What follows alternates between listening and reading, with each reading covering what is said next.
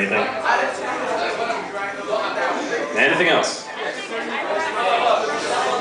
Individual spaceship. Are they customizable? So that's a Wall of Crazy idea. Did you hear that James doesn't want to call it the Wall of Crazy anymore? Yeah, that's not from him. That's from way up above. Oh really? Do not ever say those 3 words again, apparently. Well, we can't stop you. It is unless you gave us your information and then we know where you live. It is a potential future feature. Yes. So ships are customizable in all of the accessories, elements up. So you can get new shields, you can get new weapons, you can get all that stuff.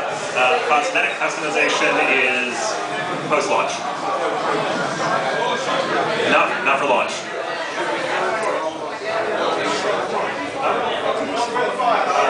Ship customization. Interior ship customization. Don't know. Whatever it is.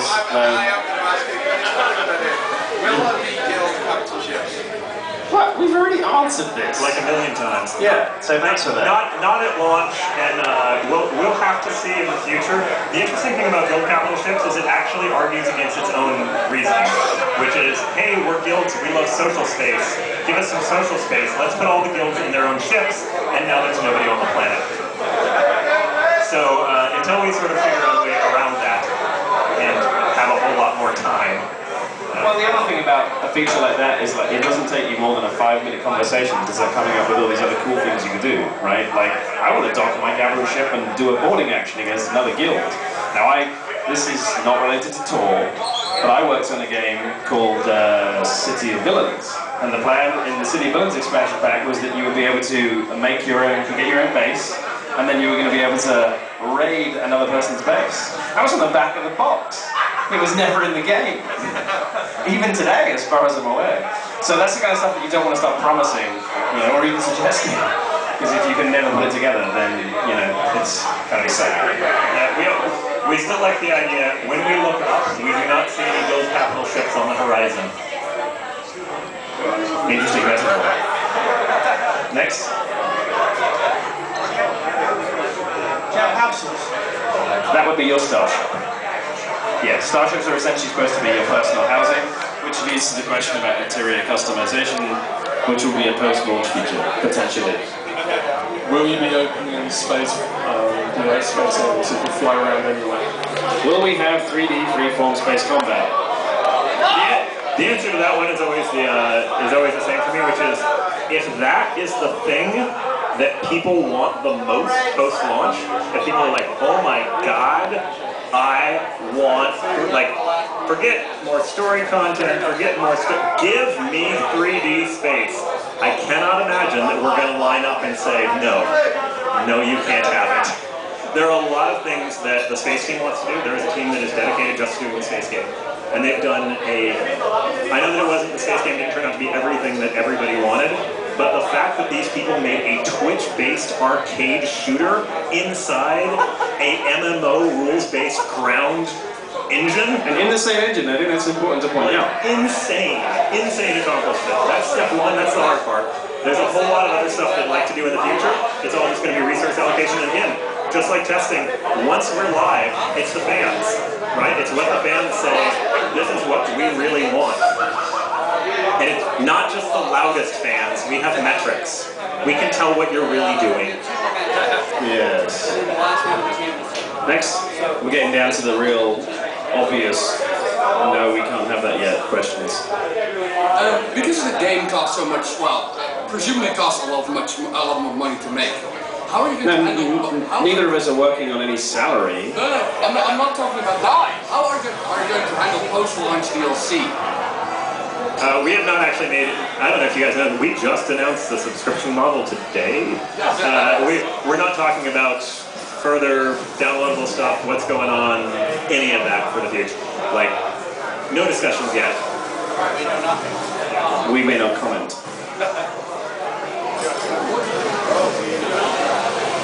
So, that was loud. So, now that you've actually released, announced your release date, how is the team basically taking that? How do you feel, Daniel and Steven, about actually having that finally off your shoulders and being able to point at you know, 30-part threads and say, we already answered that, shut up? I don't know. I mean, it doesn't feel real. You know? Until this morning when they were standing on stage and I was like, we're really going to do this. Actually going to say that day. Like, it didn't really feel like we were going to do it. I was really, really excited to be here for it. Like, we didn't actually know when we started that this is what was going to come out here. I felt so privileged to be, you know, I've been on this project since scoring. Empire scored! Empire goal, good lord. Oh, it is possible. So for you Empire teams, yeah, I've been on this project since before there was a project. It's been a long, long journey. It was really nice to stand there and have them actually do it. It's going to be nicer to watch it go green. Right? It's going to be nicer to watch people start to roll in on the early starts and see the server up and running. Yeah, absolutely. And that's vacation time. For me, it's just a little bit later when we know it stays up. Not have to answer the same question a billion different ways. When does my early start start? Single day. But yeah, now get into early start. Yeah, now it's just that. That's what it is now. Is it now? What was I going to say? Anybody else?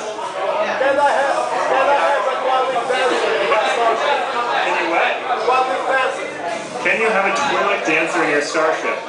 No, but if you have the collector's edition, you can have a holo of a Twi'lek dancer. And you can carry her around everywhere you go. Faction change. You will not have faction change. So we talked about this way back at the beginning of the project, and we had some interesting ideas of like, oh, could you know, if you went dark side on the Republic or light side, could you, maybe change factions? And that was me stomping people down. So here's a scenario so everyone thinks about it. The Jedi Knight falls to the dark side and becomes a Sith. Alright, you ready? Now, I'm writing the Jedi Knight story, the Sith Warrior story, and the Jedi Knight who fell story. So we now have a whole nother class for every time we do that. So we would take those resources instead and actually build a new class.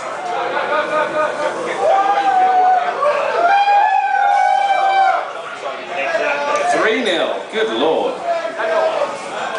Alright. For PvP, are you going to have people being able to choose who they play against for guilds or people who want to play against certain people? Can you set up a custom match in PvP? Not at ship, no. Not for ship, yeah.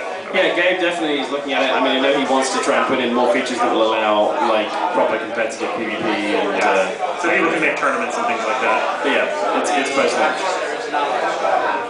Well, so the Adversaries and Allies thing, I don't know. I think people think that we're keeping something secret up our sleeve on that one. Adversaries and Allies, from the beginning when we launched the first phase of Guild HQ, we said in the FAQ that's what the point of Allies and Adversaries is just to match you up on a server. Someone asked me, they were sort of speculating after we launched it, was that really this week? Wow, busy week. They were like, oh, is it going to, for example, perma-flag you for PvP between Guild A and Guild B? And I said no, because to be honest, the amount of problems that would potentially cause is far greater than any potential kind of benefit, And in case anyone didn't get this memo, it is entirely optional. No, we're not guaranteeing you're going to end up on the same server. And also, for example, some people got a bit confused about how your guild can have lots of allies. It's almost, I would say this, like the Twitter model, in that your guild could have like 20... Steven loves Twitter. 20, it's very handy for the job. 20... Rock job, follow him. He loves it. You can have like 20 guilds following you, and of course they couldn't be allied with you because you can only do a maximum of 3 mutual picks. And that doesn't mean anything, apart from the fact that you're popular, So, yeah. And yeah, I'm afraid there will not be any secret cool allies and adversaries features, like perma-flagging, for example. That shit, yes. Alright, I think we're winding down a bit because now we're getting to crazy land. But no. We were looking directly at you, sir. Hit us. Do you have any number in mind when it comes to phase 3 and the number of guilds that will be allocated per server? That's a good question. Do we have a number in mind? Listen to the shock in it. Oh, it's a good question because we've been talking about it. The answer is there isn't a fixed number because it's based on the size of the guilds, right? So, for example, we do have a number in mind in terms of how many people who are in a guild will be allocated to a server, all right?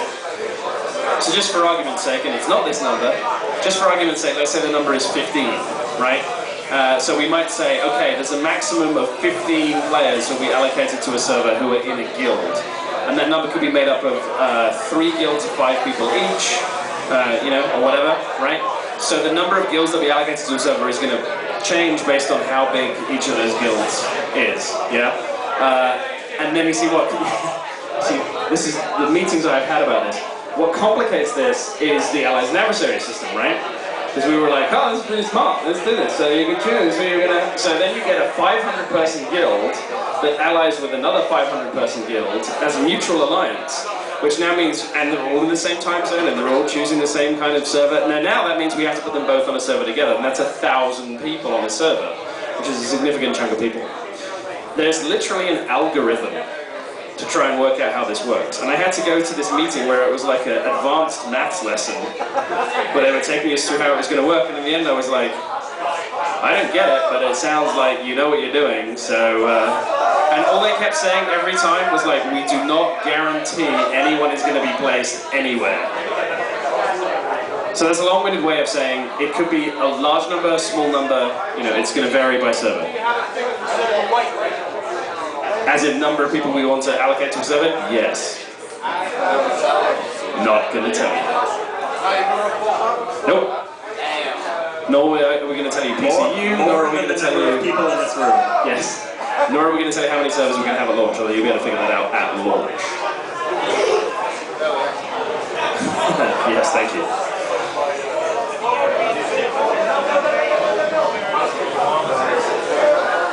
Question was, so the European servers? I'm going to tell you where the European servers are, and you're not allowed to freak out. The European server is going to be located in Ireland, in Dublin specifically. And here's the reason why. Don't give them a fucking address. They'll go now.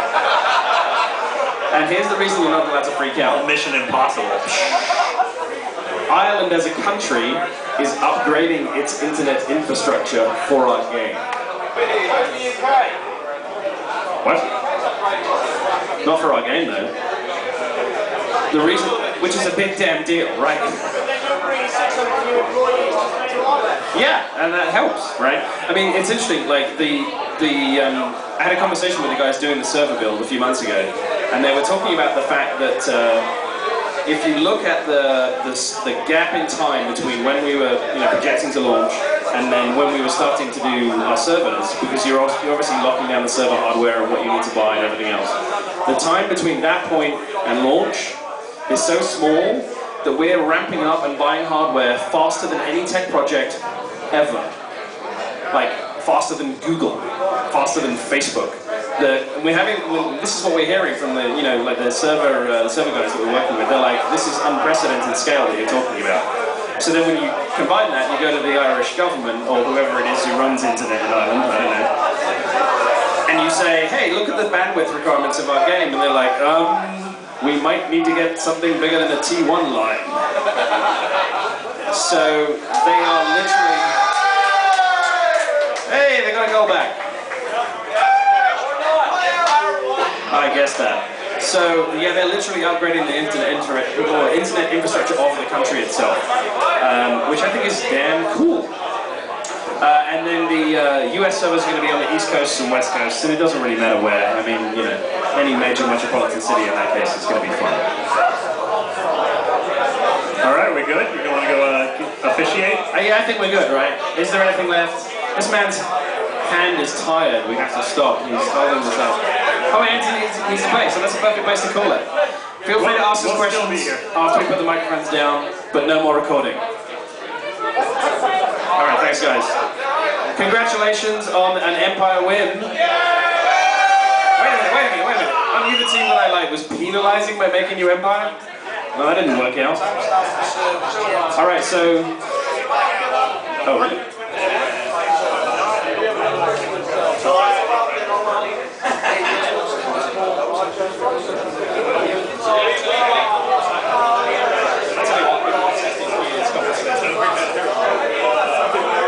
Chris?